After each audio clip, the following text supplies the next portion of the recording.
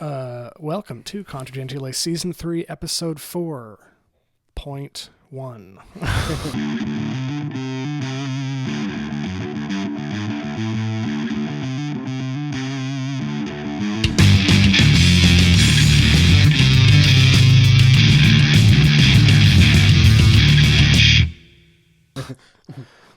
Yeah, the video recording thing is funky. Yes. It funked up. Mm-hmm. Anyway, so do you want to skip banter and go right into it? Because we're Sure, why not? okay. We got about 10 minutes of banter, pre-discussion banter, and no one will. Yeah. Oh, I did want to say that Jay, friend of the podcast, thought it was really funny during our discussion on Friday. He said that you were big dicking being a business owner.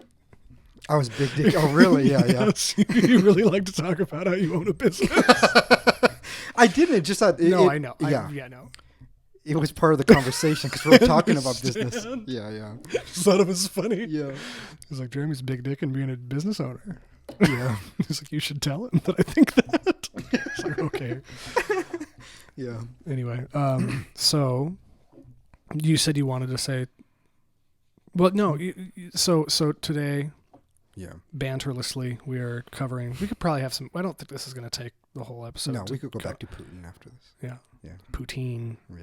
Vladimir Putin. We are covering a series of lectures called The Foundations of Libertarian Ethics. Yeah.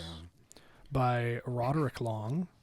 So I thought this was sent to you by somebody, right? This was Ace. So Ace actually mentioned him on the the recording last week, and so is this someone that Ace actually agrees with a lot, or just thinks he gives a good I can't layout? tell. Okay. I can't ever tell who Ace likes a lot or not. Okay. He quotes a lot of people, but I don't know if he shows his cards about who he really likes or not. Yeah, yeah. Not in my talking to him, but what the reason he recommended it. I think he said this. I don't know if I'm mischaracterizing why he did, but we're quite Aristotelian in our thinking, and scholastic, and he appeals to that vein better than most. Yeah. Like Hoppe doesn't really do the Aristotelian thing much. Right. Rothbard obviously doesn't. Does not, yeah. And Rand doesn't. Rand. I think Kinsella doesn't do that as that much, if I remember right. So he just was like, I think it was essentially, if you guys are going to like any anarchist thinker, it's going to be this guy. The one thing I am kind of surprised with is, like at least in the early part of the lectures, like 1 and maybe 2, but I know in 1. Should I link the Sure, yeah. Thing? Yeah, people could listen to it. Oh, by the way, yes, this is on YouTube. I keep forgetting to say that at the beginning. Yeah, yeah. Will be. But he does talk about Ayn Rand quite a bit in the first one. Yeah. And what shocks me is that do people actually take her serious? A lot of people do. They still take her serious. Mm-hmm. Okay, that's bizarre to me. Well, there are Randians. Yeah.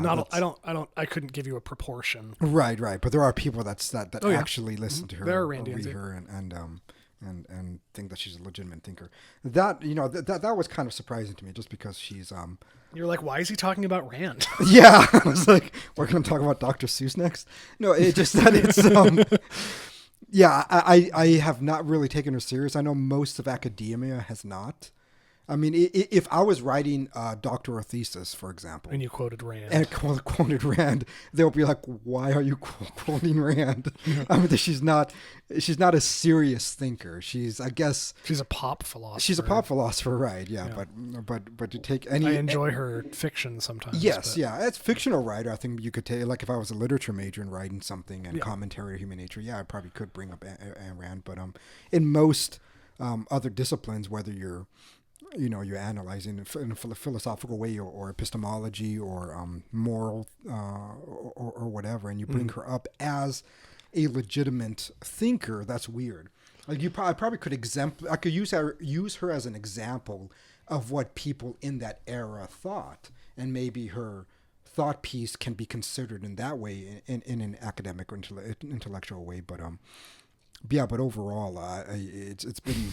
She has not been taken that serious. But anyways, that was just a weird thing. Well, that was actually something interesting, is that there's people who take her seriously as a philosophy figure, But then there's the people who say, read Rand, it doesn't matter about her philosophy, read her fiction.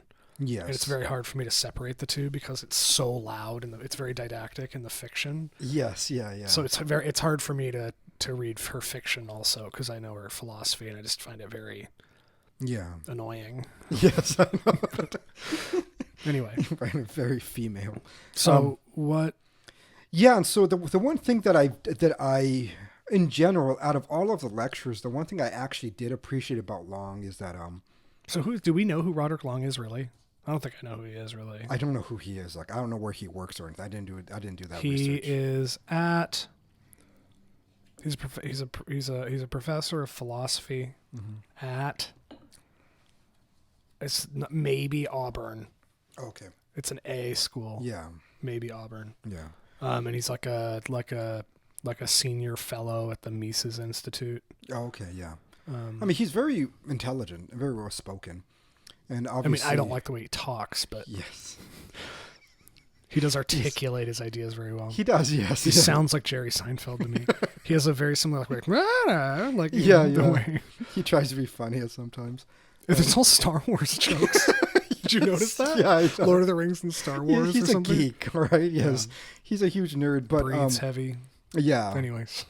But overall, I would say that insofar of what he researched, he seems to know what he's talking about, which I like. The other thing that comes striking obvious, and maybe in other works he doesn't do this, but I mean this is fucking 15 hours worth of lectures, so you would think it would come out somehow.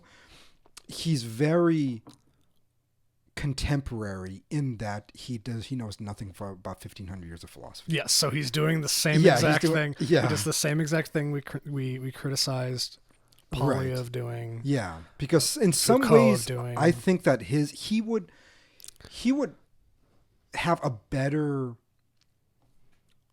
I guess, understanding of of his own ideas if he took the time to read. Even if he didn't want to read the Christian ones, at least the Mohammedan ones. If you run with some of them, he would have a much better understanding. Because essentially, what he's saying. He references the daemonists, which is really annoying that he would refer to them like that to me, because it doesn't mean anything to anybody really. I mean, it does to people in the know, but like right, you wouldn't call them the eudaimonia, would you? Unfortunately, I would. If I was academically trying to speak of certain type of principles and ideas, because because it originally comes from the Platonic idea of moral intuition, the daimon, and so the eudaimonia in the Aristotelian sense really simply means the happy soul. Yeah. It means the happy psyche. I think the contemporary interpretation of that is people talk about human flourishing. I hate that term. Yeah, because I mean it means nothing. Yes, that's it. That brings about ideas of a very, new atheist understanding of like this, the basis of ethics and stuff. Yeah, this corporeal, like maximization of the corporeal pleasures. Yeah, and that's when normally when people talk about human flourishing is what they mean, and that is not at all what eudaimonia in the classical Greek or in the eudaimonia would be it's a mind, happy psyche, mind, a mind manifest in its nature. Exactly. Yeah. Right. Yeah. And he does. Which me and my understanding of that, with my knowledge of scholastic, especially Christian philosophy, I just know that's what that means. Yes, yeah. And this is where I said that he would know better because he actually criticizes utilitarianism and quite a lot. A lot, yes. Consequentialism, the ideas of pleasure as being the ground for the good. He actually attacks it very thoroughly and I think accurately, but his positive claims are always lacking, and I think that's just because of ignorance. Is that he's trying to develop a deeper understanding of Aristotelianism without reading with the masters of Aristotle. Because I remember I was texting you. Mm-hmm. I found his delivery style unengaging to the point that it was hard for me to follow. Right. Unless I had it turned up really fast and I was just like staring at it. Yeah. And you're used to listening to academic lectures in a way that I will never be in my entire life. So I didn't glean from 15 hours of lectures nearly what you would have. Yeah. But I don't know. You could call him an Aristotelian in a way that he argues. Yeah. Kind of. Yeah. But it doesn't, to me, sound like he really understands what Aristotle was actually saying. He's limited in his understanding because he's coming at it from a contemporary understanding with Wittgenstein. He brings up quite a bit. Yes. And with is Wittgenstein, or is the podcast a fan of Wittgenstein or no? No, for the most part. Okay. Yeah. But he makes some good points. Okay. Like a lot of them do make good points. It's just that in general, I think their ideas become lacking. Yeah. But yeah. And so when you come, you take somebody educated the way that they've been educated, which is skipping 1,500 years of philosophy, and kind of only playing around with the ideas of the ancient Greeks, but mostly focusing on Bertrand Russell, for focusing on the Wittgenstein and Kripke and the like that comes afterwards, and then you revisit Aristotle. That is kind of what he's doing. It's almost like a renaissance, is that he's coming from this world and then he revisits him. And he's like, wow, Aristotle's actually right with a lot of things. And so he's trying to translate Aristotelianism to the contemporary dialogue. Because it definitely seems to me that with my understanding of Aristotle, yeah, and his political ideas and ethical ideas and stuff, how he discussed them, I don't know if you could just from those reach anarchism. I don't know. Oh yeah, that jump. Yeah. Yes, there's a jump, but what I think is going on is he is attempting to use Aristotle's ideas to support his presupposed political preference. Of anarchism. Yeah. Yeah. I mean, throughout the lectures, that was the impression I got. Yeah.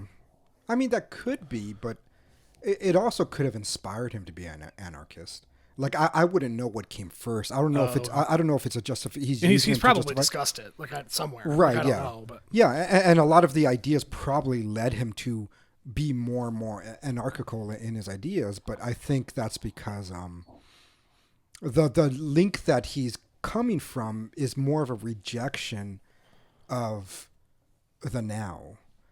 And I think that's what I was telling Ace, is that contemporary anarchism to me seems like a reaction to the 20th century. Yes, yeah. And so it's a conflation of the state with like what the Nazis did. Yes, yeah. Yeah, and I think a lot of it is that he probably, in revisiting ancient Greek philosophy, he probably found much more fundamental truths in there. And that could have led him to become more anarchical in his thinking. So I don't know what came first. Like I can't presuppose that. And again, he was just an anarchist, and then he's using Aristotle to justify it, or that Aristotle really did lead him down the path towards anarchism. I don't know. And again, we're not experts. We don't plan to be. So he could have said that. Yes. Explicitly somewhere in a different work. But. Yeah. Well, I mean, I would consider my expert of philosophy in many ways because I am a professor. No, I know. I'm saying expert on him. Yeah, on him. I'm not saying anarchism in general. Yeah. I'm not saying you're not an expert here. Yeah, but I'm saying we're not experts on Roderick Long. Yes. Yeah. So I have no idea if he has said. That that's true. Yeah. Like I'm not. You're like, what are you saying, dude? Longian, whatever you call yourself if you're a follower of Long. Roderickian. Yeah. Ridickian. Yes. Rickian. Yeah, and so like I do think his criticisms of Ayn Rand and Rothbard are good ones. He attacks Rand's utilitarianism, and I think he attacks Rothbardians. I guess he didn't really put a name on Rothbard's idea, but I guess it's more of a pragmatism. It's like Rothbardian pragmatism, if you want to give it a name. Yeah. It's almost like just a consensus idea of the good, and that if we all consent to it, and then that's what we say. And what Long is, I think, attempting to do correctly is that you can't really exist in either of those cases. It can't just be utility, nor can it just be like an agreed upon contract. That there has to be something deeper into the nature of man, for morality to exist. That is not just that. And so I think a lot of that was really well spelled out.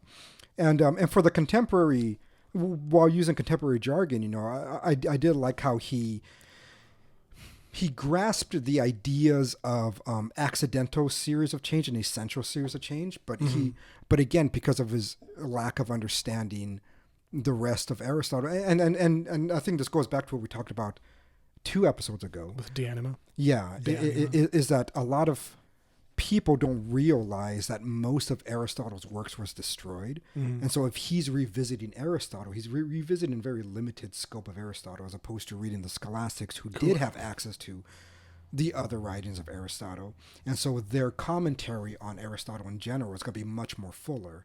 And so I think that he would have a better understanding if he were to read Al-Farabi at least, for understanding Aristotle, but regardless, he does intuit this distinction between essential and accidental change. And so the example he gives is about playing piano.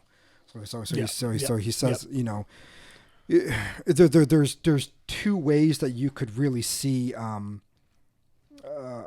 guess, what is necessary for something to exist and what is not necessary for something to exist. I think that's the terminology that he kind of used. And so one of the, but both of them are sufficient at least, right? And so it is, so you can't have a sufficient explanation that's not necessary.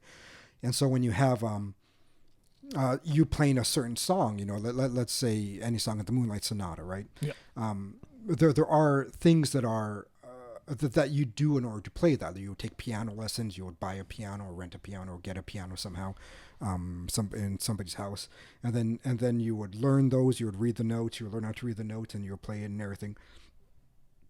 Like all those are accidental series of change because there are different ways that could have happened. You could have had a different teacher. You could have learned maybe just online. You could have learned on a fake piano on a keyboard. You could have learned with your iPhone that has the keys, whatever.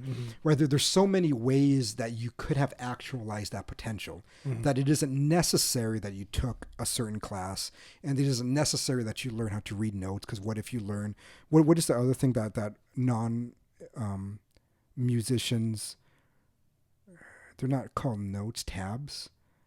Tablature, yeah. Yeah, and so like you could actually read music. You're talking about staff notation versus tabs. Is that what the distinction is? I'm not sure. So staff notation is the 5 lines with the notes on it, and then tab is the numbers on a fretboard. Right. Yes. Yeah. And normally, like non-classically trained musicians just do tabs, and they don't. And you give them a sheet of music, and they don't know how to read it, and that's quite common. I've met many people that way, and so he could have learned that way. He could have just never learned. Actually, oh my God, in a group chat I'm in on Twitter. Yeah. Tablature versus staff notation was a huge blowout argument with everybody about which one was better and why. Oh, really? Yeah, I don't know which one is better, but that's just something. I have conclusive opinions about it. Oh, that's good. Yeah, I won't make you listen to them. Yeah. I would like to know sometime because but that's something that I have noticed. Yeah, I have noticed that there's classically trained musicians and not classically trained musicians, and that that it isn't necessary that you learn how to read music in order to play music. And there are people, and so all these things are accidental actualizations of potentials that there's variations to how those work, and in those things you can never really come out any universal truth. You could only come at inductive, inductive probabilities, of how something came about, but then he says. But then there's another thing. So you could begin to be playing the music, and somebody could ask you, why did you push that note at that time signature? And it really is because he's playing that song, that if he did not press that note at the time signature, it would not be that song anymore. And so those are necessary actualizations of potentials. And I think that's a very important understanding metaphysically to understand Aristotelian thought. Yeah. And so when he was getting deeper into like understanding moral truths, a lot of it hinged at least on understanding what is essential and what is accidental. Yeah. That the accidental ones are not ones that need to really be discussed. You could discuss them for examples, you could discuss them in studies of biology or human behavior or whatever, but they're not essential to make the thing what it is. And so that part I kind of was pleasantly surprised. I was okay. Well, he is understanding a lot of Aristotle. Right, at the same point in the lecture, I'm probably like, wow, this guy's really annoying sounding. Yeah. So at the point where I'm like, I can't listen to this guy. I know. I think immediately you were texting me. Yeah, after like halfway through the first lecture, which is kind of when I think the Moonlight Sonata thing was like halfway through the first lecture. Yeah. It's like, God damn. This guy's a dweeb. Yeah, I feel like there's something rude about not being a good speaker and then being a public speaker. Yeah. Like if you were going to give a talk, it'd be entertaining. Yes, obviously. Yeah. But like I think there's something rude about not being entertaining and also giving talks. What's funny is that at least in the university I went to, I don't know if all of them do it, is that I believe they think the same thing. Like they know that many academics don't know how to speak in public, or they're going to be like Kripke. That's how I learned about how Kripke. Special No, case. but that's how I learned about Kripke talks, because they sat us down for an entire semester, and they said that if you're going to get a doctorate, we want to make sure that you know how to public speak. And so they showed us what not to do, and Kripke was one of the ways of not to do. Glance.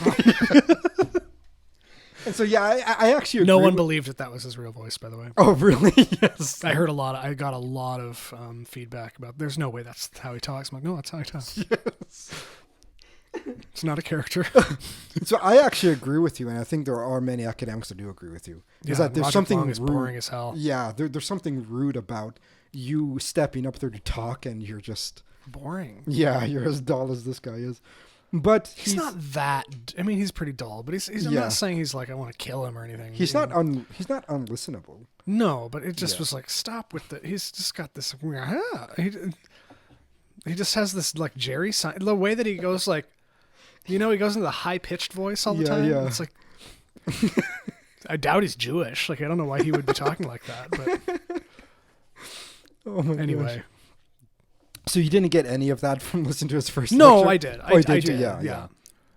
No, I feel like I'm gonna when you start reading this, I'm like, okay, because I mean I listened to all of it.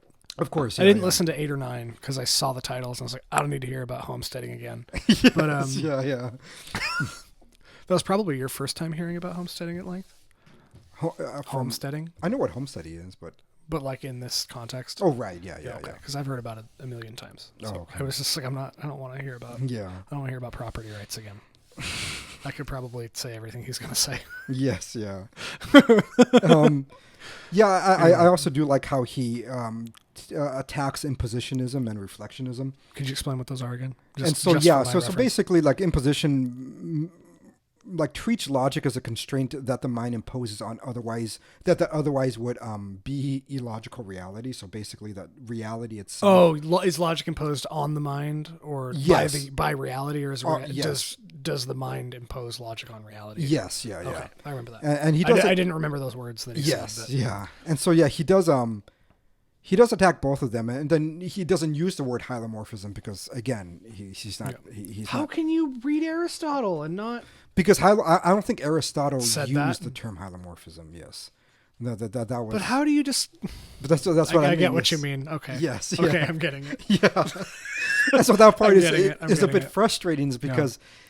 For him, he's coming to these aha moments. But if you don't say them right or the best way you can, yes, the best way that has been said for over 1,000 years, it comes up short. It's like, okay, you're getting to a point, but you're limited because of the capacity of what you have read. I don't know if he's like an atheist or not, or I don't know if he is. Yeah, but I would imagine he probably is. Yeah, but I don't know. But the fact that he didn't bring up any commenters on Aristotle, which is kind of I don't know. The fact that he's talking about Aristotle and then contrasts them with Wittgenstein. Yes, yeah.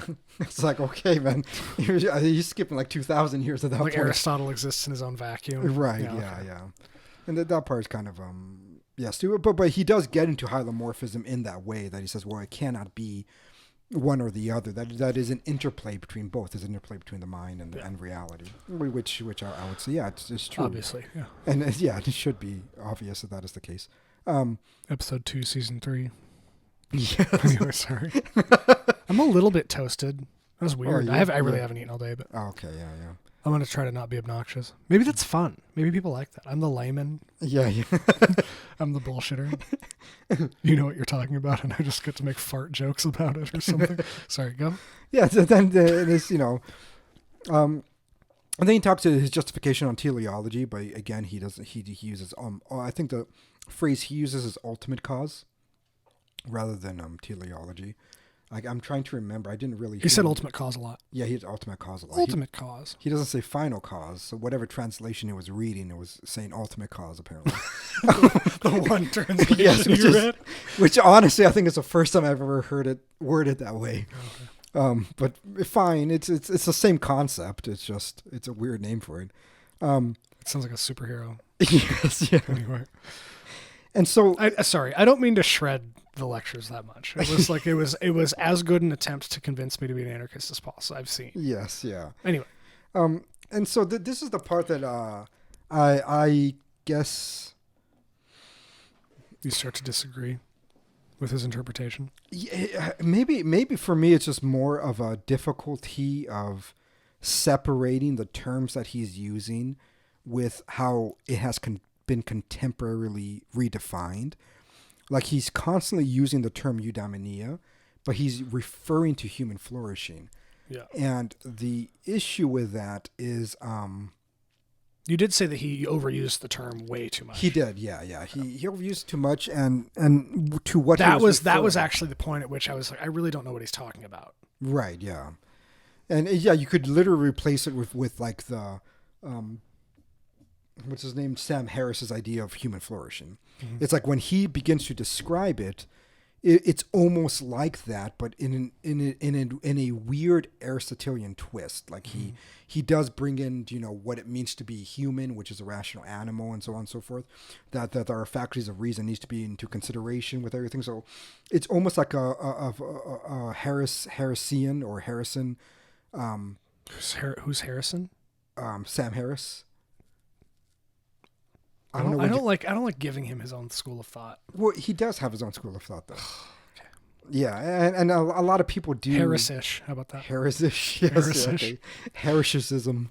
Harrisism. So the Harrisism, a lot of his idea of like the moral landscape rests on the principle of human flourishing, and so he's trying to. Who coined that? Do you know? Human flourishing? I don't know. The first time I heard it was from Harris. Okay. And that was a while ago. When did he write Letter to a Christian Nation and stuff? It was like 2000, 2001, 2002, 2003. That was really when I first started. Well, it'd be right at like Phaser's Last Superstition would have been a response to that. That was 2010. Yeah. So it's at some point in the 2000s, but and that was the first time I kept hearing that phrase, human flourishing. And which really doesn't mean anything. Right, yeah, because like Harris just uses narrative for it, right? And so I don't know if you ever read Harris's books, but he talks about the worst possible life, and that one is like, the maximum amount of suffering possible. Yes, right. And so the narrative he gives, it was popular in the early 2000s. I think you talked about it. It was that child soldier guy that all these liberal women in high school were up in arms about. What was his name? He was this African warlord. Yes, Coney 2010. Coney 20. Yes, yeah, something. Is it Coney 2010? It could have been. Yeah, I know it was Coney in the 2000s. 10. Coney 20. Yes. Yeah, I just remember like some senior portraits that I was shooting, and they were talking about. I was like, I don't. Anyways, and so so he kind of gives that example of a child soldier that was forced to kill his mom and then runs away. Blah blah blah.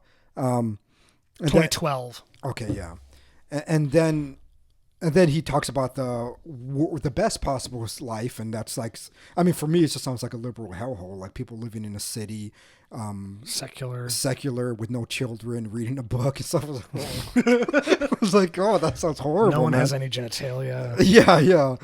But anyways, he kind of gives these narratives, and I really do think that's why Harris is effective, and part of the reason why he's effective, I think, because he kind of understands how human beings tend to function. He has a good intuition for how. Yes, people, like academics. So someone like me, I am more convinced by structures of reason than I am of narratives, which is why I rarely ever bring up scripture or whatever in the show. Not that I don't believe it. It's just that I'm not it's convinced not how by you it. think. It's not the way I think. But most people are actually convinced more by narratives. And so when you read Harris's work, it's not like this. It isn't. He's not being structured in his thinking. A lot of times it's very narrative driven, and then appeals to intuition, and then pokes fun at what he disagrees with. Yeah. And that's really what all his writing is. It's very stupid. Yeah. You know, like he's not meaning really unintelligent. Yeah. Yes, yeah. He's not really an intelligent person, but he's cunning, and I think he's he understands how to sell. Like he understands how to sell his ideas to people. His little rodent face, but yes, yeah. But if you did push him further to construct a deductive or inductive argument for his case, he would have a very hard time doing it because he just makes claims. It's like it's constant claim after claim after claim, as opposed to giving a cohesive reason of why this ought to be the case without just poking fun at the other. But anyways, so when he keeps using eudaimonia and then uses it to term human flourishing, he says both. Yes, he says both. Okay. It's like I can't get over that because it's like, well, then that's not eudaimonia.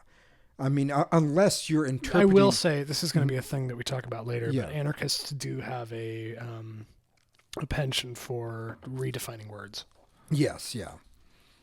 Anyway, and I think that'll be a more interesting conversation, actually. Yeah, but I have a lot of bullet notes. Yeah, for post lecture talk. But. Yeah, and so so he, I don't know that part where I find a bit weird, but he does try to give justification to ultimate cause, or teleology, which I think was good. Overall, like there isn't much that I object to it. I think many times I was more pleasantly surprised by his understanding of Aristotle with the limited readings that he has done with Aristotle, or at least within the entire school of Aristotelian thought that has been produced for. So you think he's intelligent enough that he'd get all of it? Well, yeah.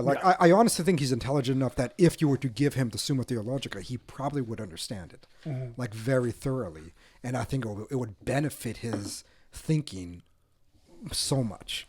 Yeah. Like if he was introduced these different texts, I think he would benefit from it a lot. Then he goes into his ethics. I think in the fourth video, and which is good. Again, he debunks in a very good way utilitarianism and everything that I think it really shouldn't be taken serious anymore. Like anybody that really continues to take consequentialism or utilitarianism as a serious moral theory, I mean, you can't possibly be intellectually honest. Yeah. I mean, it's a stupid theory. It's a stupid theory to say that, yes, I'm going to find justification of a moral act based on the consequences that gives me maximum pleasure. I mean, it's stupid. I mean, it's just stupid. I mean, even if maximum pleasure for a greater number of people, yes, that's, yeah. There's so many things that could give maximum pleasure to a great number of people that we would obviously consider immoral.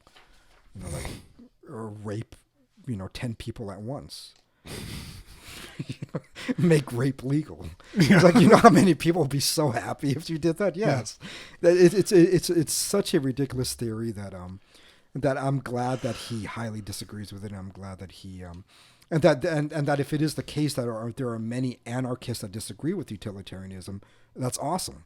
I said, yes. I mean, to me, it just seems like, and then they have been thinking rationally. I think they have been being intellectually honest in their understanding of what it means for something to be good.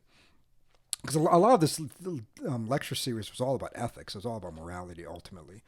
That anarchical, I guess, moral theory. Because it gets into justice and rights. And here I found it a bit interesting. He starts off by giving simply examples of what political scientists or political philosophers kind of bring it up right now, but he quickly moves on to what he says rights are. Like, one part I really loved about it is that he doesn't believe in animal rights. I'm like, awesome, Natural rights. No, or animal rights. Yeah, animal rights. You know, the animals have rights. Oh, yeah. Yeah. I was like, good. I mean, and so the way that he defines rights is very different the way that most people do. But the way he defines rights is like the 18th century, 19th century Catholic theologians when they. So there was a movement called Neotomism in the 18th and 19th century. Yeah. And so what the Neotomists attempted to do was use contemporary of their time jargon to reintroduce Thomistic ideas. And so one of them was rights, because, rights really stem from the Protestant and then the secular world of what human rights are. But the way that they began to define rights is the way that he's defining it, and really is that that since morality is basically the actualization of final causation, if you want to word it that way, but basically that your final cause, your purpose, the function of your action needs to reach its teleological end. And that an evil act would be a privated reality, that whatever privates your teleology would be that existing in a sphere where something violates your humanity, and by humanity simply means being a rational animal. And so if I begin to utilize somebody and treat them like a beast, that they are unable then to actualize their final causality, because now they have to exist as beasts. Like if I enslave them, I whip them, I put a gimp suit on them and rape them every day. It's like they can't they cannot exist as rational animals anymore. They have to exist as beasts. That is what they call the violation of human rights, basically. To be humans rational. So when you violate rationality, you violate what it means to be human. And then the one who is subjugating them to be enslaved in a gimp suit or whatever is also not being rational, obviously, because then they are violating, again, they're treating a human like they would a dog or a beast. And so that part I found really interesting, is that he actually concludes a very Catholic understanding of human rights, and not really a Newtonian en summum God human rights the way that the founding fathers did. So his idea is completely different. It's much more Aristotelian. It's much more Thomistic, and it's something that again, if there are anarchists that have that notion of human rights, that's something that I think it's worth discussing. Like what? What's the one that I just expressed, that human rights is simply that in order to be a rational animal, to live in eudaimonia, to be a happy rational animal, a happy soul, is that you have to exist in a sphere that allows you to be rational. Mm-hmm. And that if you live in a sphere that violates you as a rational animal, you're actually living a privated reality. But do people have a right to live like that? What he is saying is that this is a redefinition of what rights means. Is that it isn't something that is bestowed upon you, but it is something that is inherent in the nature of to be a rational animal. So it just doesn't mean right. Not in the way that it's ever been used in English. I wouldn't say ever, but yes. Not the way that... The way that if you said rights to anyone... Yes, the way that is generally understood. I find that very annoying. Yes. Okay. Yeah. But a lot of it's annoying to not find a different way to say that makes better sense, because... Right. Yeah, I agree. Like this is... Okay. Yeah. I'll save it, but... That's something that I wouldn't disagree. But unfortunately, there are many academics that have done that and continue to do that. Yes, but it just personally annoys me. Yes. Yeah. But yeah, especially when no one else says that. That's what I mean. It isn't that nobody else says it, but there's a small minority of people that do. And so if he was going to talk to a Neotomist, yes, they would agree. Yes. Okay. But that's, most of them are dead. Yes. They're not in existence anymore. And would it make sense to me that is my criticism that it would make more sense in articulating ideas to come up with a different way to say it? I think it's that wasn't so semantically loaded. I think it is better to come up with new terms. Yes.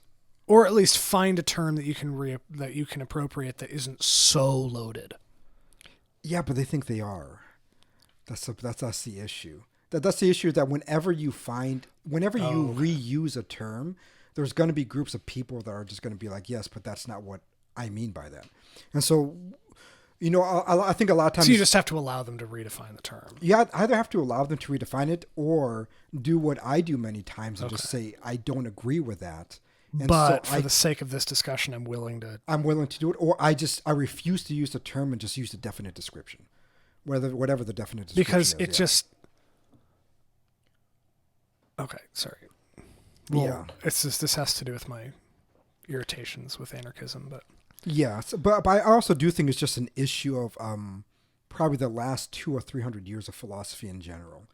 I think just reusing terms. Yes, over and over. The issue is that with a rejection of entire Western school of thoughts, rejection of Aristotle, rejection of scholasticism, it was like everybody then began to utilize words that Aquinas or Aristotle or Abelard or any of them used, and then they restructure them to be used in their new theories. And then that becomes standard, and that's the hard part, right? Mm-hmm. And a big one that we've talked about at length in the first season was just the term God, Deus or whatever.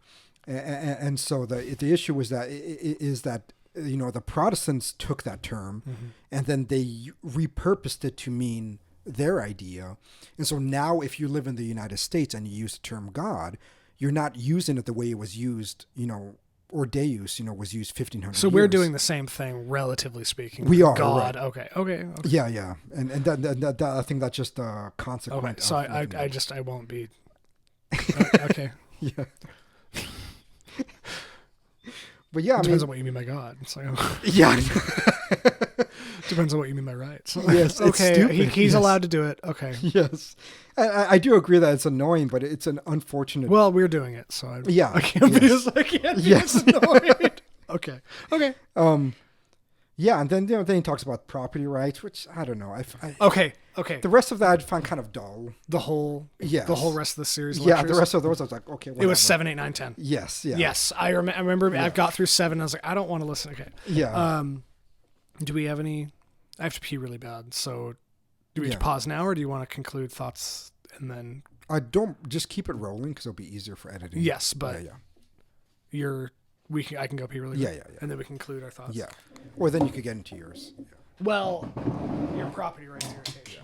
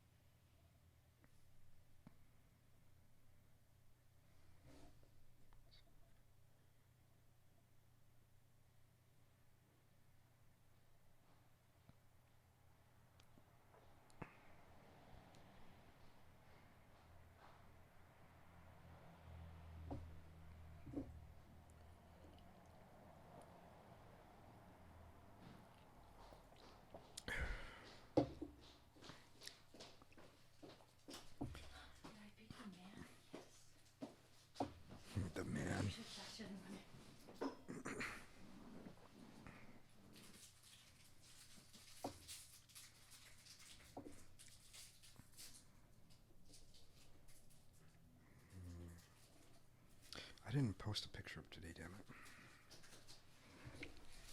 I have crackers in my bag. I'm so excited. They're from last week. it. Are they? Can you hand me one, actually? Throw it at his face. I thought you wanted graham crackers. No.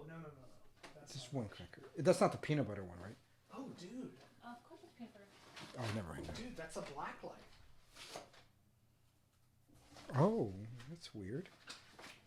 Oh, that's so cool. It's a black light. Just changing the blue makes it a black light? Like, yeah, if I stick it down here. Like, if I was looking at it right here, like, look. Yeah. I was like, what? That's pretty cool. Okay. I didn't get my crackers out. Okay. I really am kind of... We're just going to make enemies constantly. We're not going to make enemies of the anarchists. But I have some pretty passionate criticisms. Okay, yeah. Okay. So, we don't have to clap in. Yeah, I know. That's why I like it. Okay. I never got to clap before. That's a good clap. Anyway, I'll just leave that in after the piss break. I think doing a little like we took a break, something is good for the listeners. For video, I don't think it matters as much. But what was the last? So we were saying the prep. Do you think that? So his goal in the lecture series was to reconcile Aristotelian thought with anarchism. Do you think was what was the goal? I think the goal was to, well, he kind of states in the beginning, it was kind of to clarify and dispute. It was almost polemical. It was kind of to dispute Ayn Rand and Rothbardian anarchism, especially with the moral theories, and that if there was going to be a justification for one of these things, that the justification would have to rest in the nature of being rather than in utilitarianism or what is that or pragmatism or whatever. So it wasn't necessarily about Aristotle. Well, Aristotle is a major figure in grounding things in being. Yeah. But it didn't have to do with reconciling anarchism with Aristotle. No, it doesn't. Because I don't think you can. Yeah. Really, fundamentally. But do you think he accomplished what he set out to do in his? Again, I'll link it because I think more or less. We synthesized 15 hours of lecture in 45 minutes. Yeah. I think more or less. I mean, he it wasn't horrible. You know, he. I think especially his criticisms were really good. Whether his affirmative claims needed more fine tuning, I would say, yeah. Okay. Yeah, more than anything else. I do think that it was. Again, I don't have any experience with any of the other major anarchist writers or anything, but based on the arguments I hear made on the behalf of other Rothbard, Hoppe, Kinsella, whatever, all the different people, if anybody was going to intrigue me, it was going to be Long. Yeah. Yet I remain unintrigued. Yeah. Especially with this. Do you have anything else to say about the lecture series, or should we move into the... No, you could make your kill shot. Yeah. It's not a kill shot. I just think it's funny. I'm not tipsy, but I'm colored. What's between totally sober and tipsy? I have no idea. Colored. It's like you're calling yourself a black man. Tinted. I'm colored. I have to think about this for a minute. We should banter about this for a moment. Yeah. I would like to. So between sober and tipsy, there's a... But I always say that I can tell I have had a drink. Okay. That's the mode I'm in. I'm not tipsy. Yeah. But I'm... Buzzed? I don't know if from... Because normally I think it's buzz and then you get tipsy. Buzz. Okay, because I always knew I didn't make much of a distinction between buzzed and tipsy in the way that I. Buzz is that you just know that you had alcohol. Okay, I'm not gonna say buzzed because I think that's stupid, but buzzed. Buzzed on Kirkland Malbec. That's right. Anyway, I do agree that I really think that Ace understands our position well enough and knows enough about where we come from that if any of the contemporary anarchist people were going to be just go, oh, because like everybody I'm friends with on Twitter now is like an anarchist or a libertarian, and they're always really like, oh, just read more, just understand more, and you'll be a libertarian. Just read this, and you'll be a libertarian. My goal is to convert you to libertarianism, and it's like there are some really, really fundamental disagreements that we have that would render it impossible for me to be an anarchist. Yeah, completely. And I know that you have articulated, and I think this is just my speech to my anarchist friends, like, I'm never going to be an anarchist. Stop asking me. But I have bullet points. But what are your major criticisms? I mean, I can just do it, but I mean, for me, the audience probably has heard it plentiful. I think my main, whatever your friend said, that I was big dicking, that I wanted to being a business. I think my biggest criticism still of both Rothbard talking to Ace, he was more talking about philosophical principles of ethics. So I can't comment too much on him, but if he considers himself an anarchist, I would still say, or libertarian. They have too much trust in human nature. Yeah, they have too much trust in human nature, and they have too much trust in the market. It's like that. None of those things. He was saying, there was a point he made in the 10th lecture. Yeah, where he said that government. Essentially, I don't remember how he worded it exactly, and I think that he's going to word it better than me. But that when government does poorly, they get more money, but when the market does poorly, it gets less money. Right. Yeah. I don't think that's true. That's true. All. Right. Yeah. Is it true to you? No. No, I don't think that's true. No, I think many times the more they begin to exploit people, the wealthier they get. Yeah. And the more they have a monopoly over things. No, he just said it like a presupposed axiom. Right. Yes. Like that's not. That's the fairy tale.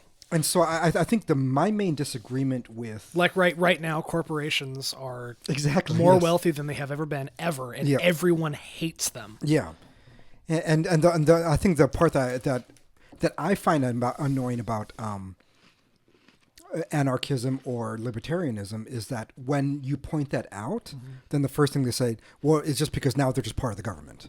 And so it's like whenever they see a private sector... It's like they're not. They're technically not. Yeah, they're technically not, right. But whenever they see a private sector become big enough, the only way that they could attack them is by labeling them... The government. Yeah, which is how most Americans discuss it now. Right. Yes. They're the media branch of the government. It's like, well, they're not. Yes. They're not the government. I know they're not. Yes. Yeah. They're operating in tandem in many ways, but right. And so I think like if I'm going to synthesize what my disagreement is that I don't think I still think Rothbard's and every other one that I've encountered, even Rothbard's other works that people have suggested to read, is that it's still a naive perception of the market. It's still a naive perception of human nature. It's like that is not the way it works, and because it doesn't work that way. Sorry, was it number 7 or 8 was property rights? Do you have the titles of them? I have the topics I talked about. Well, the titles of the topics. Yeah, 7 was property rights. 8 was the punishment and war. 9 was culture and liberty, and then these are the titles. Yes, yeah. And then anarchist and legal order, which is 10, to me totally betrays the etymology of anarchism of legal. It does, right? Yeah. But anyway, but regardless, it seems like they just don't go far enough in their comprehensions. Like they, So, I would say you're correct. It was in that 10th one because I was like, I don't know if I'd necessarily from it's at that property rights one you can start to really hear the anarchist talking points, and then the punishment and war, and then the culture one, and then the anarchist is a system, which is to me still oxymoronic. But up until that point, I wouldn't just have thought he was an anarchist. He was just Right, kind of yes. describing the positions of all these different Exactly. thinkers over time, and Yeah. not necessarily making as many claims as I would have liked. I really, really, one of my big criticisms of most people now doing work in the fields of philosophy and public speaking is they don't just go, this is the way it is. They go, this guy says this, and this guy says this, and this guy says this, and this guy says this. It's like, just tell me what you think about this thing. Mm-hmm. I don't need to hear you quote. Yeah. If your ideas of the nature of being are sound enough, I shouldn't have to hear you quote 10 people. You can just state them. Let me analyze your arguments. I think a large part of that, just because you kind of, to do a proper thesis, is that you have to bring in the objections. Yes, that's true. And that's what he's doing. Like he's doing a Thomistic thing. He's bringing in the objections first. Yeah. And then he presents those the best as academically. So these last lectures. Okay. Yeah. Okay. But I don't remember what my point was. I don't know if I even had really a point to make, but so you're not an anarchist primarily because anarchists don't, in your opinion at least, misconceive of human nature and the nature of markets and their relationship. Yeah, I wouldn't with say the state. it's a mere opinion. I think that's just yes. correct. Sorry. Yeah. That's why you're not an anarchist. Yeah. I don't know what I have to say is why I'm not an anarchist or why I have not been convinced by the anarchists. Or I don't think I could be convinced to be an anarchist by what I've seen so far. And I don't think that reading an entire book by Hoppe is going to convince me. Right, yeah. Because I've heard enough people articulate the main points over and over that it's like when we did Section Persona, people were like, oh no, you actually have to read it instead of listen to it to get it. It's like, no, it's kind of the same, like if I hear over the course of 8 months, people talk about Hoppian economics for hours a day, nonstop, and watch people argue on Twitter about it over and over and over and over and over. Like I'm going to understand kind of the basis of it. My problems with anarchism, or the way that I see it discussed and articulated now, is it completely lacks metaphysical interest, I would even say. Long is unique. Yeah, he's actually considering metaphysics. But yes. But anyways. In a very limited way. Like I understand, like you did a good job of saying that he was ignorant. Like I kind of had that intuition, but I didn't say it in those words, and I enjoyed how you said it. I remember listening to like he's doing the like 1500 years of history thing. I know, me too. Everybody keeps doing this. Like this. We have to stop covering people that do this, but everybody does it, so we're stuck here forever. But it seems anytime I've discussed political theory with anarchists, which is several. It's several of them. It says, and again, I'm not singling anybody out, but everybody's done this. Yeah. Everybody I've talked to has done this, but and this is more, I'm saying this in love as constructive criticism, not as a dig, in the way that I dig everybody all the time. Yeah. Because I'm a dickhead. But what was it? Jeremy once said that I was like the best at being an asshole of anybody he ever met or something. Anyway, is that it just lacks, like you get to the point where you're talking about anarchism and the way that or let's not even anarchism, is if you have a political theory, your political theory regards the proper or most efficient, meaning proper organization of a government possible. Yeah. So like if a fascist thinks that a fascist form of government is the best one, meaning the proper one. Yeah. Because the best one is the one is just means the way that government ought operate. If you talk to an anarchist, this is the way that government ought operate, which is really funny because the word is anarchism. But but no rules. But once you go, there's a point in every conversation I've had with anarchists or libertarians, especially, where you come to, okay, why is this good? Yeah. Which, I mean, requires you to define what good is. Exactly. Yeah. And I don't expect every person to just be able to articulate a fully formed idea of what goodness is, Right, because yeah. that's a kind of a galaxy brain level of thinking that most people don't really need to go to operate well in their lives. But once it becomes self-referential and they start to talk about property rights or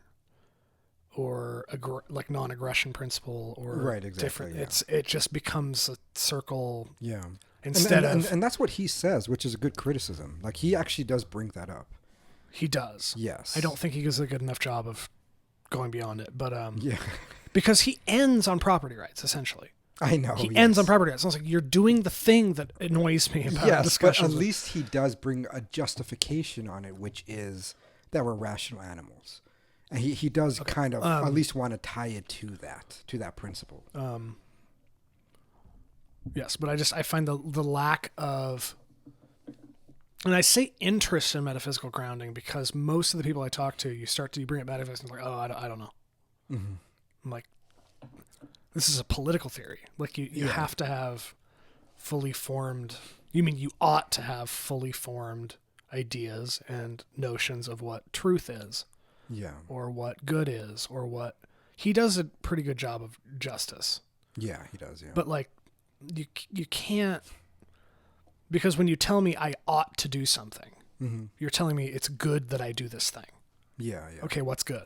They're like, aggression. I'm like, okay, so. Yes. And again, I'm not trying to be insulting. I'm just intoxicated and gay. But I love everybody. But that's one problem I have. Yeah. And why I've not been convinced is we have, like, I spend all day, every day thinking about metaphysics all the time. Yeah. And that's what convinces me. And my ideas of politics are derived from my basis in metaphysical thought. Yeah. Yeah. Upward.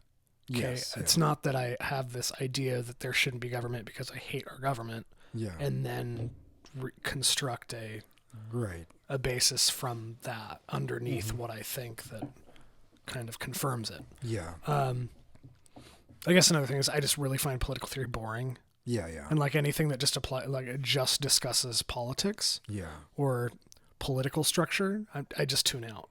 Right. So I'm like, oh, it's a fallen world. It all sucks. Yes. Yeah. Pretty much. I don't care at all. Another thing I find very interesting, and again, if anybody wants to send me messages, which Jeremy's not online, so all of this goes to me. But I find there seems to be a lack of necessary metaphysical agreement, which is kind of a step from what I said before. That what did Ace agreed last time when we said that that anarchism is essentially a system of, or is an attempted solution at the problem of conflict. Did you remember him talking about that? Because I remember I talked to him for a couple hours on the Sunday after we recorded, and I'm trying to remember what we said in the episode and what we said. Oh, okay. Because I just asked him questions. And I was just like, there's just a lot of, especially after that episode, my criticism started to formulate. Yeah. And then on Sunday, I was just kind of picking his brain and stuff. But like, there's a anarchism as we know it now, because the way that you and I conceive of anarchism is not anarchism now. Right. Yeah. Just period. I know, yeah. Like, it's when we think of anarchism, it's literally when I think of anarchism properly, it is a person sitting in a field. With no Everything's ruler. been burned, no ruler, no one makes him do anything. He has no responsibility. But that's an old school. I understand that's not what people mean by anarchism, but etymologically, that's what it means. Yes. Yeah. And we're autistic here on Contra Gentile, so it's like very hard for us to read the actual meaning. Yes, it's very hard. Yeah. It's a solution to war and conflict, essentially. From how I understand it and how and again, this is my independent formulation. I think that Ace agreed on the Discord call. Yeah. That no one else was on. So if Ace, if I'm mischaracterizing what you said. Yeah. Like, send me some arsenic in the mail or something. Like, you deserve it. 'Cause anarchy. Anyway, but it's a practical solution to war. Essentially, what a system of thought devised to keep people from killing each other over ideological disputes. Yeah. Essentially. And or money disputes or whatever. Money disputes or like property. Yeah. Like I feel like for the rest of my life I'm gonna flinch when I hear people say property. I feel like that's a result of the last several months of my life. Yeah. Someone says property, I'm like,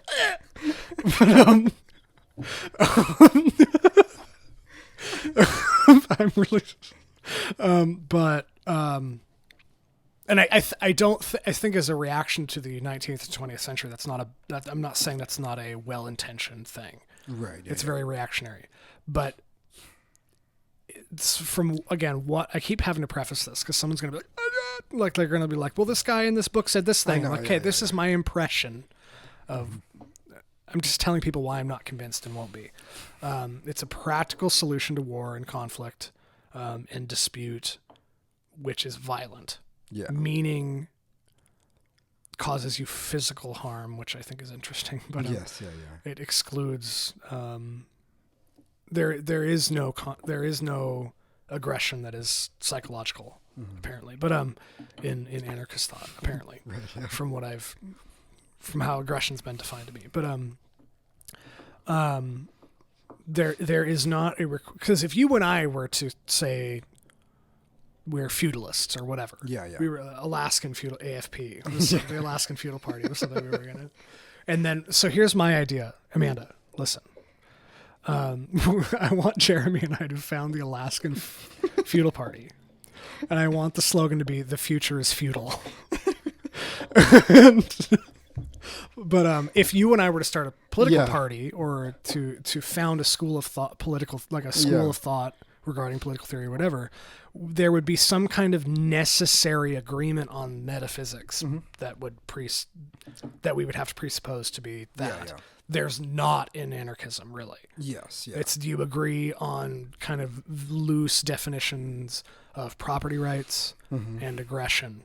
The aggression principle, right? Yeah. Like whatever, but there doesn't seem to be, or at least I have not been convinced that there's any necessary agreement as to why those things are true. Or like why is aggression bad, for example? Yeah, exactly. But there's no agreement. You just have to agree that it's bad. Yes, exactly. Okay. You don't even really have to agree what aggression is, which is really interesting. I know, yeah. They kind of loosely do, but I find that very off-putting. Right, yeah, because it's incomplete. Yes. Yeah. Yeah, and I think it's a follow up to what my criticism is, and hopefully enriching of what you're saying is that it's. And damn it, I just feel like now your friend is just going to think that I'm. No, he's a Jew. I thought that was really funny. Was he really? He's a Jew, and I'm like, you're criticizing Jeremy of big dicking owning a business. You're a Jew. Here's the thing. He's an Argentinian Jew. Oh, good. You'd like him a lot. So if I was, for example, and this had happened to me many times, and so if I'm in school, grad school, and you meet other students who are, because like Amanda was studying in grad school, what was that? Education, right? And so then you meet these people studying education, and you read the things that many of these high authors wrote on education. And they say things that are just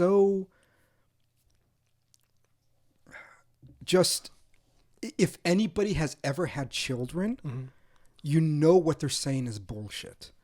Right? And so it's like these people who are you saying anarchists say things that you would know were bullshit if you had children? No. You know that is bullshit if you own a business. And so this is your big dicking thing. Yes, and so it's that the reason why I disagree I'm just trying to make a correlation here. The reason why I disagree with so many modern theories of education is because most people that wrote those theories have not had children. They say stupid things like children have a thirst for knowledge. It is like, then you have not had kids. You honestly had not have kids if you truly think that children thirst for knowledge. Well, I would say for people, you just haven't been around Yes. other people But ever. it's just that children are assholes. You know what they want to do? They want to eat what they want to eat. They want to sleep and play video games when they want to play video games. They want to listen and be told what to do when they want to be told what to do, and not to be told what to do when they don't want to be told what to do. They're monsters. They're assholes. They're dicks. They're pieces of shits. This is children. And so how do you normally motivate them? You motivate them by appealing to their most base desires. It's like the reason we learn how to read so early. Name bleep. Oh yeah, name bleep. Okay. They don't know who he is. Anyways, No, I'm just gonna believe it. But the reason why he read so early was because he was playing The Legend of Zelda, and Zelda did not have voice acting for the longest time until the most recent one. And he wanted to be able to play it without me reading it to him because I didn't want to read it to him anymore. And I was like, I don't want did that? to he would like ask what it is, but then I was just like, I don't want to read it anymore. Like you just have to learn to read. When you told me that, I imagined you as a saint and paint like stain the glass. And so at that point, I think it took him like a week. That's all it took. He went there, he just read, and so then he went to the video game. He looked at it, was like, I know what it says now, and that's all it was. And then when you have girls, is you have to find different motivations. Yeah, you know, and that is human. That's children. Yeah. And so most of the theories, you know, you take any of the plethora of academic theories they have now for young people, and they're all stupid because they all do not take the actual state of how children are. And this is the way that I find anarchism is that they don't know. They just don't know. They're like market? childless people. Yeah, they don't know the market. They don't know what business owners are like. They don't know what it's like to own a business. They don't know what. So why is owning a business such a central? Because they defend it, and I don't. That is the main thing. Defend the market? Yes, I don't defend owning businesses. You're saying okay. We're so this assholes. is actually a step I think you have not. Yeah. You've taken. I think that would be worth explanation that you're offering the example of your experience as a business owner for your rejection of the anarchist concept of the market. Yes. Because they're defending it, and you're saying your experience as a business owner leads you to not defend it. Yes. Okay. It's the same way that I don't defend many theories for children because I'm a parent. Okay. And I spoke to so many parents that say the same thing. It was like, yeah, it's stupid. Why? Because my kid is a dick. Yeah. And my daughter is a bitch. And that is what they know. You know, they know that intrinsically. Yeah. And so when they hear all these fluffy things, we should go out in the field. And then we have all these toys lying around. And then they pick it and they just want to learn. And you look at them and you're like, no. Like a Montessori yes. school. Yeah. It's like, no, I'm sorry. They don't. You know what they're thinking? They're like, man, if my brother was here, I would knock him in the head with this brick. That is what they're thinking. Ever tell you that I used to push my sister over when she was learning to walk? Yes. Because I've been a dick since day one. Because kids are dicks. That is the thing. And female babies are bitches. And so, and that's the same thing I go to them is that they talk about the market so fucking flowery. It's like people are they're exchanging goods. You know, you make this good. And then it's a mutual agreement. It's like this person gives you the money and then you give them the good and nobody's coercing each other. I'm like, are you fucking kidding me?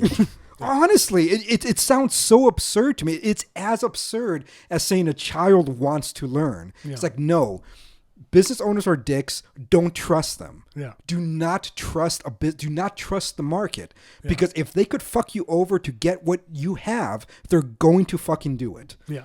And they're going to manipulate you and they're going to want to take everything that you have. Which is exactly what the state does. It's exactly what the state does. Yeah. And that's my biggest issue. It's so intuitive. It's a quick, intuitive reaction. And people that have not been in the actual market, besides being a consumer, they just don't know. Mm-hmm. They don't know for one thing because of how much work it is really to own a business. They could theorize it is, but they actually do not know. And then they don't know how bloodthirsty and how... I wonder if there's... And how just, you know, disgusting it really is. So here's my question. So this is actually an audience question. I would love somebody to let me know. Is there a prominent anarchist theorist who grew up outside of academia? Right. Yeah. I'm just purely curious. It'd be an interesting because that might. Yeah. Anyway, and I think this is another criticism I have of is that when we say utopian, Yeah.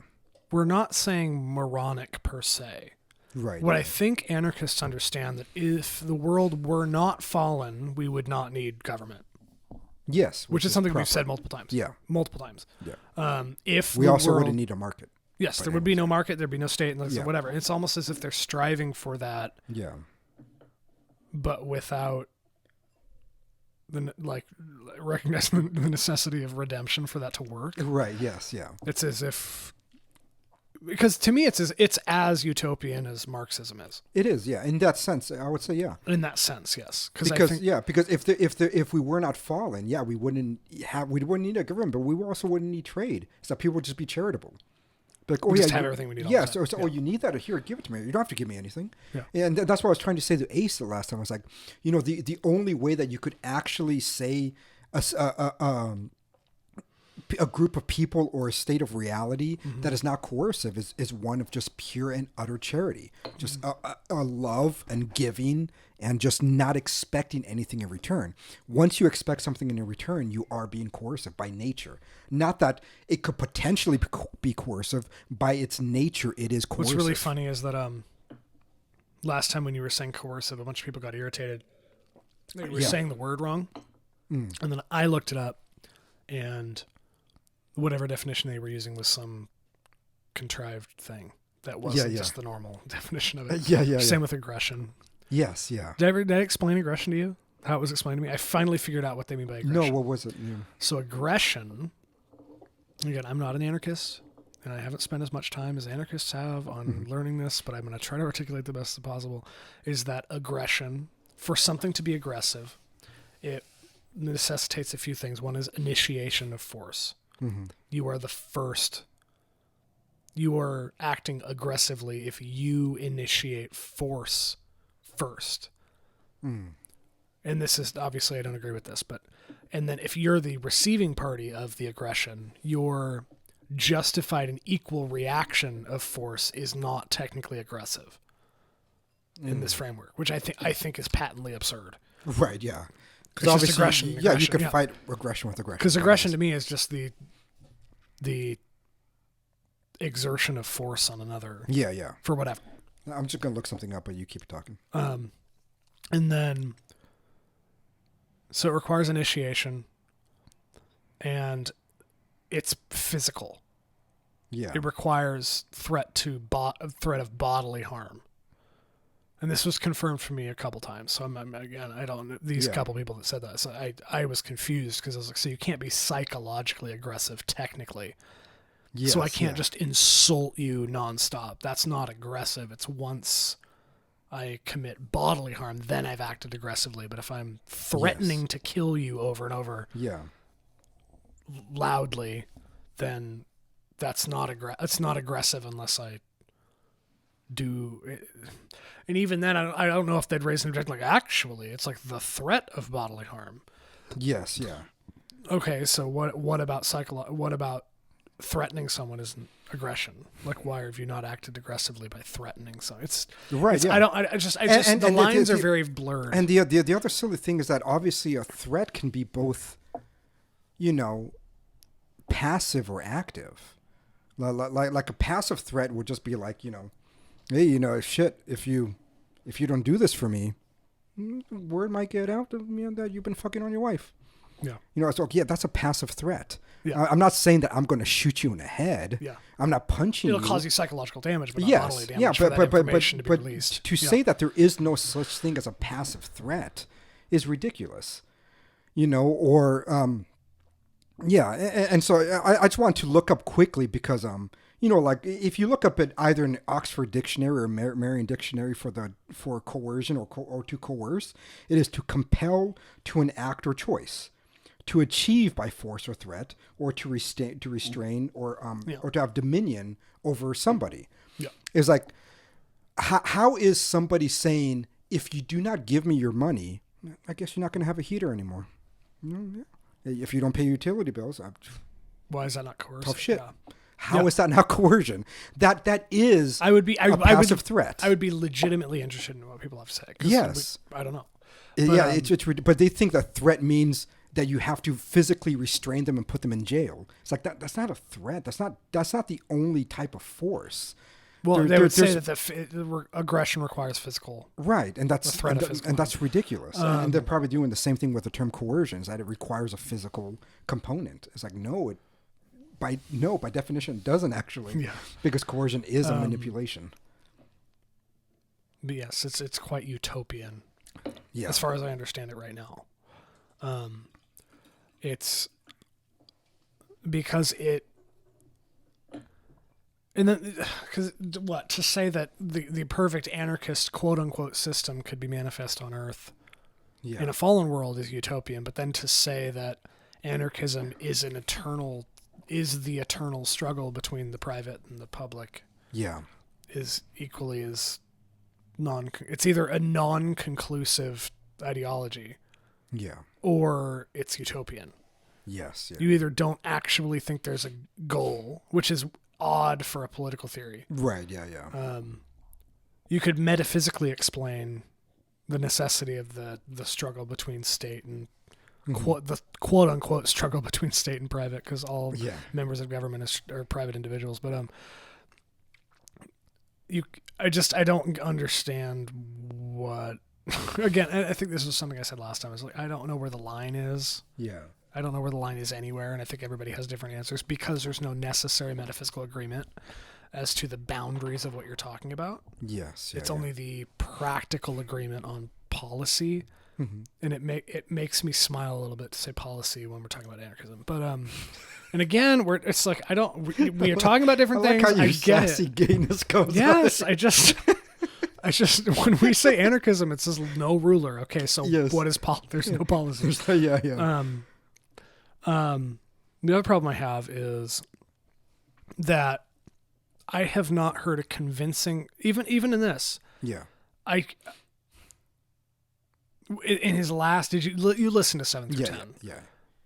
He talks about he invokes Aristotle, skips 1,500 years history and then his Wittgenstein or whatever. But he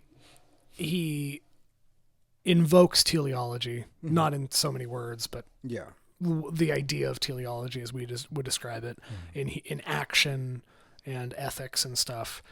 But then at the end, he just goes to like the basis, the most fundamental basis for the assessment of ethical value of an action is your consent to a social contract. Right. Yeah. And that's morally relative. Yeah. Whether if so let's take the non-aggression principle, which I don't really understand at all. But from what I've gathered, I think you understand it. I think it's just what I've gathered. It's I don't know if I'm saying it in the right words that they would use, that anarchists would use or Hoppians would use or whatever. Yeah. Because I think that's a Hoppe thing. I love the last name Hoppe. To me, it just sounds like a Jew saying Harper wrong. Well, it sounds like what were those commercials they had? The Hopper commercials. I don't know if it was late enough for you to not be watching TV anymore. But I don't remember. Was it DirecTV that had the service where you could watch the same thing on any right. TV? Yeah, I do remember that. Hey, the Hopper. Yes. They're like from Boston. And the The Hopper. That's what it reminds me of. Yeah. Just saying Hopper wrong. Hopper. Anyway, that's what Hans Hermann Hoppe. Anyway, I think that's him. But what essentially that all the basis of ethical value is, or the most fundamental. I don't even know how to say it. I don't know how we would say it because I kind of understand it intuitively, but like I've not formulated it before. But non-aggression principle is essentially that all properly ordered action must be predicated on non-aggression. Right. Yeah. That any action, the rightness of an action or the goodness of an action can be measured by how non-aggressive it is. And my other problem with anarchism is that it presupposes natural rights. which we've many times said are absurd on the show. I don't believe in natural rights at all for any reason. Yeah. Rights are bestowed by the state or by social organization or whatever. Yeah. There's nothing about or an ens sumum God. Yes, which we don't believe in. Yes. Yeah. The slogan on Twitter is ipsum esse subsistence. we don't. So we. Yeah. But so let's say we don't agree. We don't believe that people possess any natural rights per se.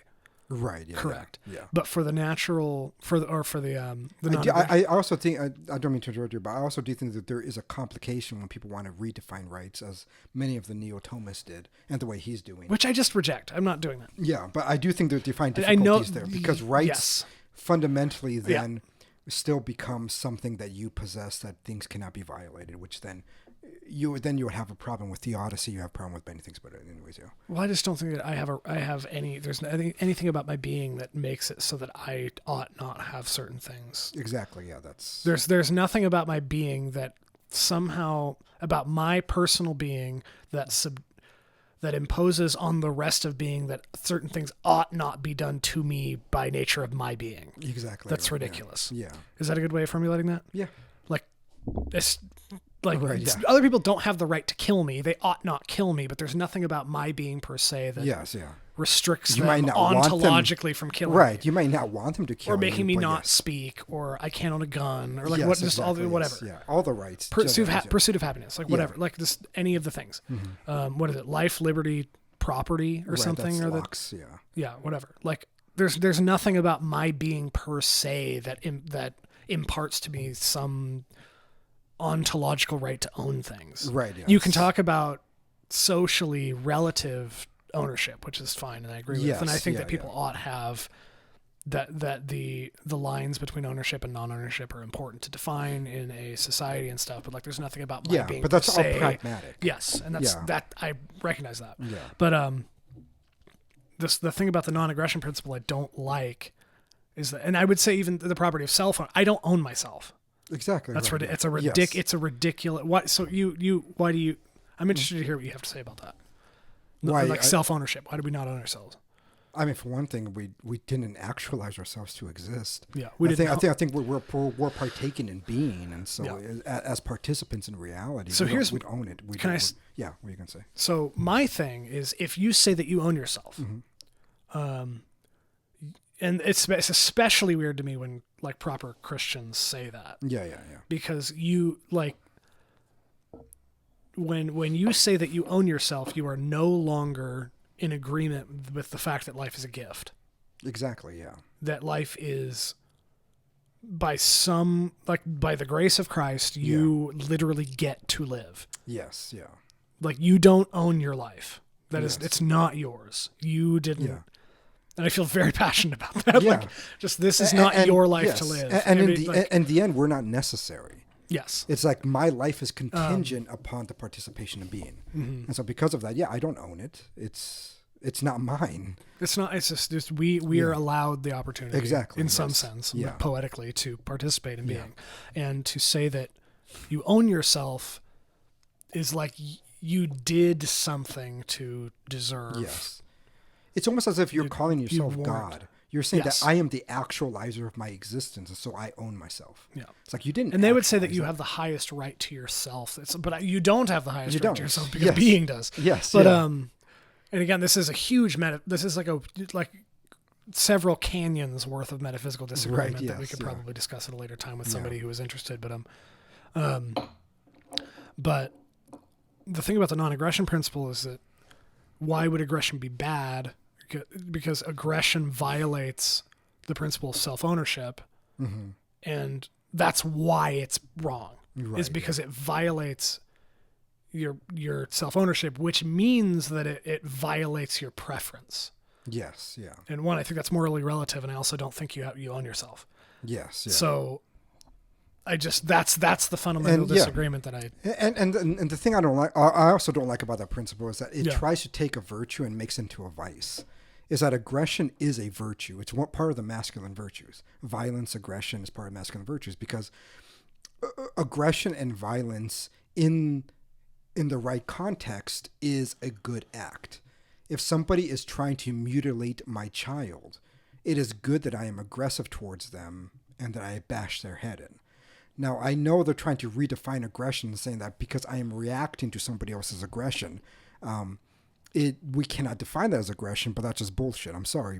If I take a hammer and bash somebody's head in, and you tell me that is not violent or that is not aggressive, that's stupid. Regardless of if it was initiated. It's dumb. No, of course it still is. That's a violent and aggressive act. And that is a virtuous act. And so to try to... Just because aggression is justified doesn't make it not aggression. Yes, yeah. And this is why people like to watch like UFC fights and stuff, because aggression really is a virtue. Is you are exalting power. So power is part of what makes us human. The ability to have dominion over the earth, the ability to have dominion over others and everything, that is part of being human. And so when you exert that power, it is a good thing. Now, when you begin to exert that power in a malicious way, then you turn it into an evil act. And you can make aggression evil, but aggression in itself, the act of exertion of power is not in itself evil. It's simply an act of aggressive power. And so done in the right context, it is good. It can be evil. It can be, right, sure. Yeah. And I think and again, I think the reaction to the 20th century, the 19th century, or whatever, is that there were a lot of evil acts of aggression. Yes. So aggression in general is just evil. No. It's like, no, of course not. That's the problem with reactionary thinking, but it is, yeah. And that's how we begin to have pacified men. It's like we tell them, don't be aggressive. It's like, no, don't tell a boy not to be aggressive. Say, be aggressive. For the right reasons. Yes, for the right reasons. It's good to be competitive. You see somebody run fast and you say, no, I'm going to fucking run faster than him. Good. Have that motivation. Have that you get into a match there and you're wrestling or you're boxing or you're mixed martial arts and then you start pounding each other in the face. That is good. Yeah. You're exerting that flexing of the muscle, the dominance, and when you kick their ass, you raise your fist and be like, "Fuck yeah!" You accomplish something. It's great. And so and even your biology knows that. Yeah, of course they do. And then even the opponent knows that. Afterwards, it's like, good game, good match. Yeah. You kicked my ass. It's like you were better than me at that point. And so it's trying to turn a virtue into a vice is what I find horrible about it. The other it's like sex and Protestant. It is, yeah.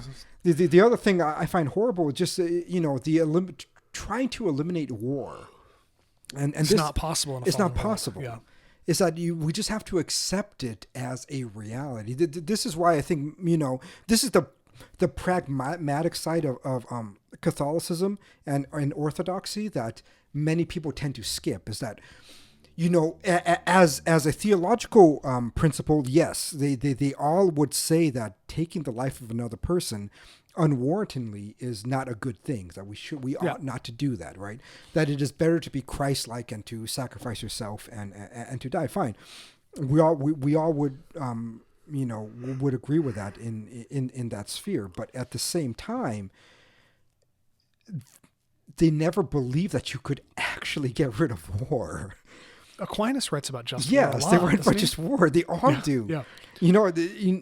Through scripture, Christ has never been anti-war. This is why it's very strange. It's very strange to me, the vilification of like American anti-communist wars. Right. Yes. Yeah. If seriously, knowing what we know, so the Vietnam War, shit show. Yes. I get it. Yeah. It was horrible, especially after the Tet Offensive. Yeah. And when Walter Cronkite goes on the air and says the war is lost, when I know he's an asshole. Well, when Vietnamese military leaders were writing in their diaries, "We're toast because we just spent all of our resources defending against this thing," and then Walter Cronkite goes, "The war is lost," and media, like that was the first war that media influenced us to the degree that it did in real time. But knowing how the Viet Cong and the Khmer Rouge treated people what other justification for war could you have Yes. than killing people who did that? Exactly. Yeah. Or like against Soviets, or like Yeah. against the Chinese, or like against like yeah. if like what's the justification for war then? Right. Yeah. I mean, war is going to happen. The Khmer Rouge killed a third to a half of its entire population. Yeah. Like Pol Pot executed Yes, at least yeah. a third of his entire population. Yeah, I know. Yeah. If you cannot wage war against a person doing that justifiably, what else justifies war? yes. Nothing. Yeah. Exactly. Okay. Yeah. And really, and this is the dispute that we had with Ace last time. Yeah. It was that, he wants to eliminate government because they're the cause of war. Yeah. But what I am saying is that if you do that, then you have Pablo Escobar. I'm sorry. I mean, you're going to have, no matter what, we cannot eliminate human conflict and killing. It's going to happen in a mass scale. Can we bullet point why we're not anarchists? Sure. And You end can the start, anarchism art? Yeah. Okay, so the bullet points for me are it's morally relative, based on its ethics are most fundamentally based on social contracts. Whether or not it's not that you're basing the social contract itself in some metaphysical goodness, but you're basing the structure of social contract in metaphysics. Yeah. That's still relative. Yeah. Because it's consent-based ethics, and I don't have any business with that. I really hate the redefinition of words, like simple words, not. I find that very annoying, and I find it. I don't want to say dishonest. I think a lot of the way that people discuss things is dishonest. Like the redefinition of words is really annoying. Don't believe in natural rights. At all. Because life is a gift, and if you believe in natural rights, you don't actually believe that life is a gift. Yeah. These are like really fundamental. What they are. Yeah. Especially property rights. I don't. Outside the state, there's no such thing as a property right. The aggression principle. Aggression, and that has to do with my redefinition of words, but aggression. And I'm not under the impression that these differences could be reconciled by reading more. No, they're not. They're I fundamental. don't think suggesting that we read more is gonna. Yeah, and the only one I would add to that list personally is just that the misunderstanding of the market. Yeah, misunderstanding. Let's say human nature. Yeah, the naive view of human nature is that I don't think any of these anarchists would actually want to live in a world with Pablo Escobars. Yeah, I just don't think they will. Is that we could show them examples of societies where the government was so weakened and the private market was so strengthened. But they would also say that that's not anarchical then, and I'm like, well, then I just can't know. Then that's what I mean. Then all they're gonna, it's kind of like the climate change thing. Yeah. It's like literally, then the definition of anarchy and market is so loose that anytime something happens, you just point to it and be like, "There's an example of it. That's the government." It's like, okay, so I guess now business is government. Yeah. And then now the government, I guess, is because when business. I will say when we're saying archy, we're talking about government. Yes, of course. They're not. Yeah. And again, I'm not trying to be a bitch. Okay, even if you don't want to use those examples, the thing is that if you were to, if you could even just conceive of our society being ran by the people who own Walmart, Target, Facebook, but they would say that those are the state. It's like, well, then. Okay, fine. Then at that point, I'm like, then you do mean sitting in the woods and like in grass do, right? Alone Yes. Okay. Yeah. So, but then you eliminate the market. Is that the market is a coercive reality? You're saying if the state ought to be annihilated, yes, also annihilate the market. Exactly. To be honest. Okay. Yeah. Okay. Do we have anything else to say about it? No. Is that it? Okay. So we're only at an hour 35. Can we? Yeah. Can we banter for a while? Of course. Okay. Do we need to talk about Ukraine? And the amazing nature of Putin. No, but I before we got cut off, the point that I was making that I think is very, very important is that I think that we in the West have truly lost sight of what is intrinsically important. Yeah.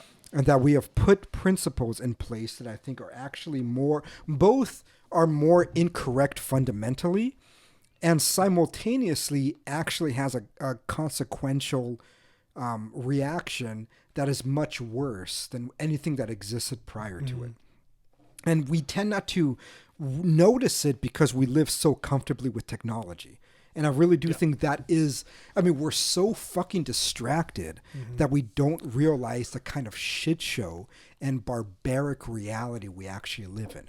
Like, we live in a world where we think that it is proper for little children as well as adults to lie about the state of reality that they're in, cut off their genitalia, and force others to lie about it too.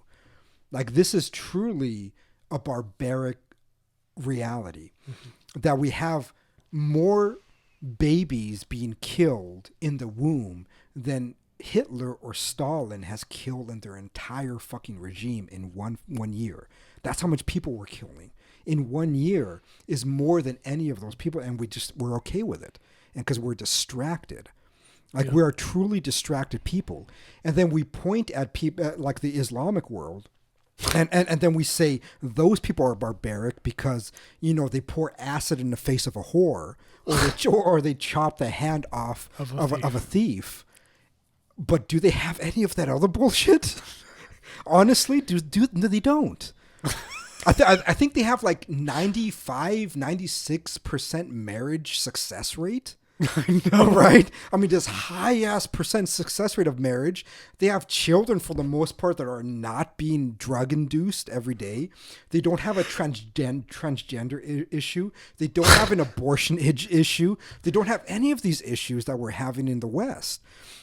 And the problem with us is that they're not living as I guess economically and electronically comfortable as we are, and so we call them barbarians because the sins, 8th century barbarians. Yes, is what Shapiro calls them. Yes, and it's because the sins that they commit are just so, I guess, visible. Well, it's visceral. I think is the word. Yeah, it's that when you see a hand being chopped off, you're reacted more to that than a child being killed in the womb, because you don't see it. Because you don't see it, but we are just, we are the fucked up ones in the West. We truly are. Like, you could list everything from what we have, like the 50% divorce rates, the children's being raised, crazily with no family, with no father around. You have the abortion, you have the transgender issue, you have all this bullshit that's going on. Yeah. And you look at the Arabic nations, or you look at Russia, and it's like they don't fucking have that problem. Okay, yeah, they don't. Not everybody has an iPhone the way that we do, or not everybody has like 4 TVs in their house, or multiple computers, or the most comfortable beds, or eat the plethora of foods and access to all that we do. Yeah, that's true. And so if you want to call that barbaric, because of throwing acid in the face of whores or stoning people, fine. But in reality, I would say killing millions of unborn babies a year is much more barbaric. Having no separation and standards of the distinctions between men and women is much more barbaric.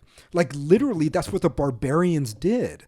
One of the things about the barbarians is that they let their women fight in war because they're fucked up. They were barbaric. They were heathens. They were ridiculous. Like, that's barbaric behavior. You don't see the fucking, Islamic people doing that. You don't see the Mohammedans doing that. They're not going to send their women to war. They fuck them. They make them produce babies and make them not be bitches. You look at these Western women. The Western women are the most spoiled, rotten pieces of shits that the world has ever seen. I mean, to think how many of these Western women will be damned to hell is like, I could see it. I honestly can. They care about nothing but themselves. You watch like the Real Housewives of Orange County, and you watch all these people. It's like, holy fuck! It's like, they're brats. They love no one but themselves. They seek no one but themselves. Like, what was the line that Kim Kardashian said? After all this time, I'm just going to be thinking about me now. It's like, and everybody's praising it. Children. It's like, so brave. She's thinking about herself. It's like, what the fuck is wrong with these people? And we're blaming the Mohammedans because Can they you don't imagine they don't want the women to be a whores? woman says that? Yes. She's married to like the most successful rapper of all Yes, time. yeah.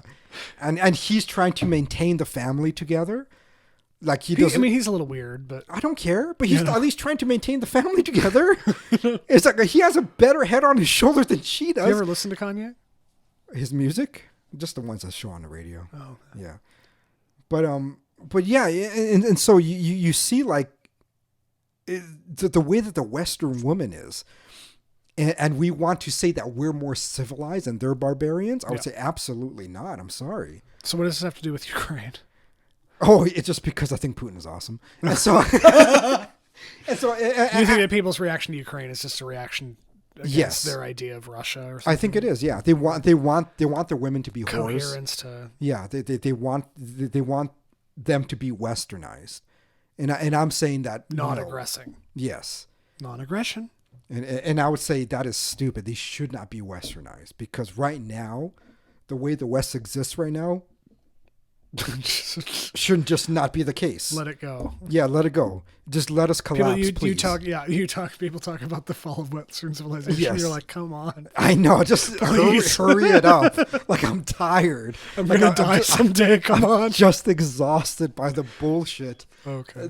Of how we live.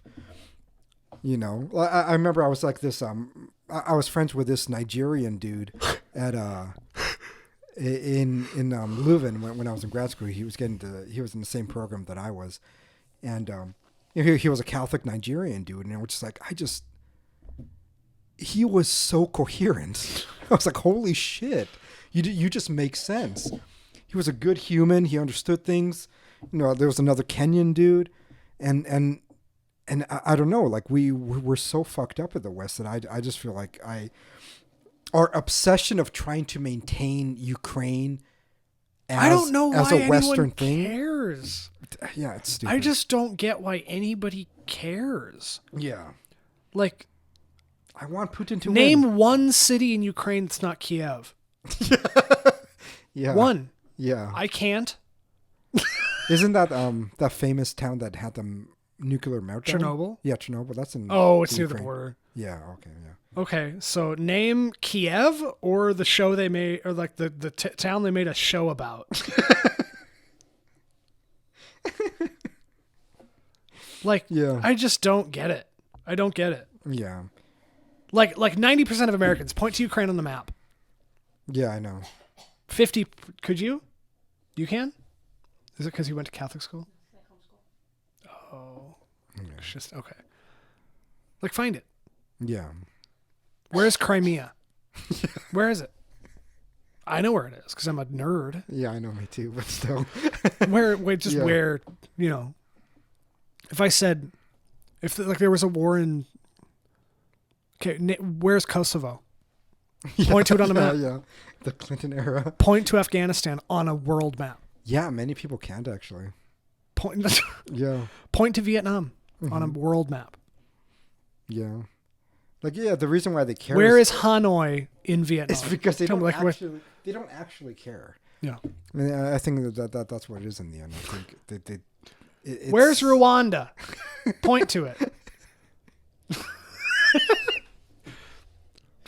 I'm just like, stop caring.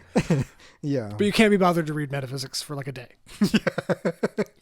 You spend all day talking about Ukraine and drafting. Yeah. But you can't you can't just talk about goodness for an hour. Yeah, yeah. Like one time.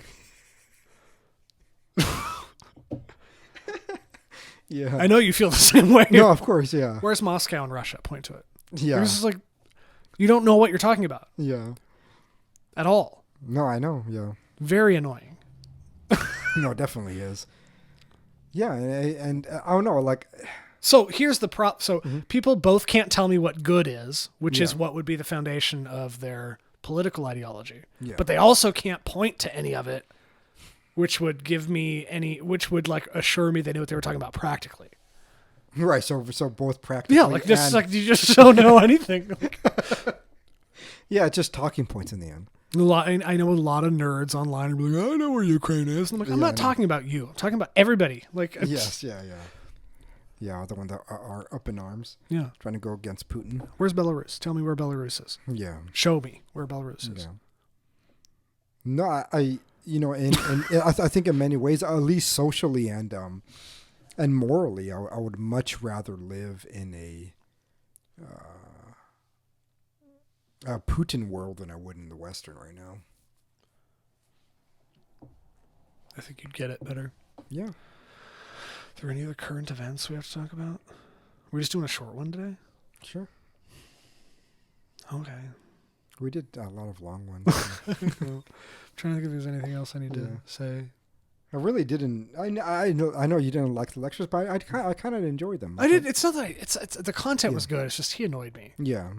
Like just his watching him move and talk and stuff. I was like, this guy's a dweeb. Yeah. Like, but yeah, I do think it's worthwhile more people investigating Aristotelianism. it might be a bit different if I read him, but yeah, it's cool. It's cool to see someone recognizing you have to appeal to more than social contract. I know. I don't know if he did a good enough job doing that. Right. Yeah. I mean, I know he didn't do a good enough job to appeal to me.